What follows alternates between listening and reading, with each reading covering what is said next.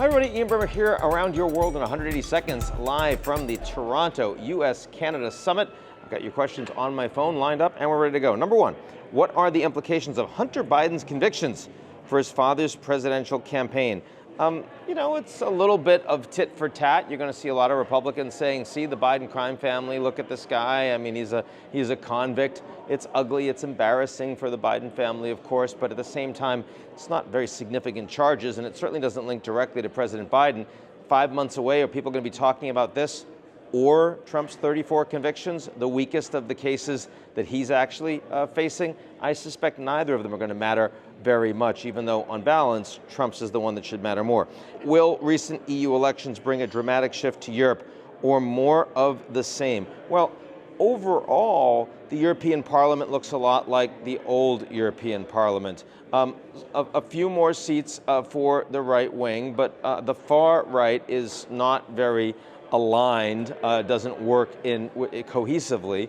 I still think Ursula von der Leyen is going to be, yet again, European Commission president.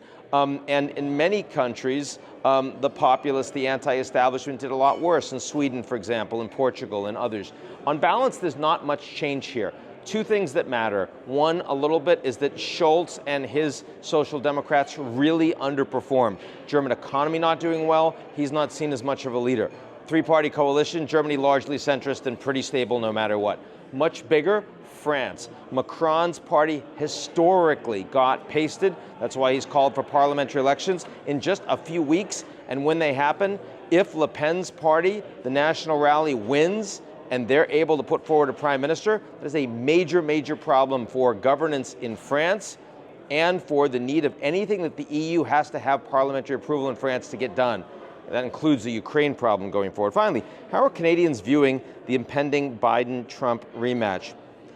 In some ways a little more comfortably than they did the last time around, because the US-Mexico-Canada agreement's already in place and Trump got it done with this Canadian government. So I think that they feel a little like, hey, we dealt with them once, we can deal with them again. There's much more strategy and strategic alignment in the importance of the US-Canada relationship today than there was 5-10 years ago, in part because on China they're much more aligned, on things like major wars outside of this part of the world they're much more aligned, on Haiti they're much more aligned.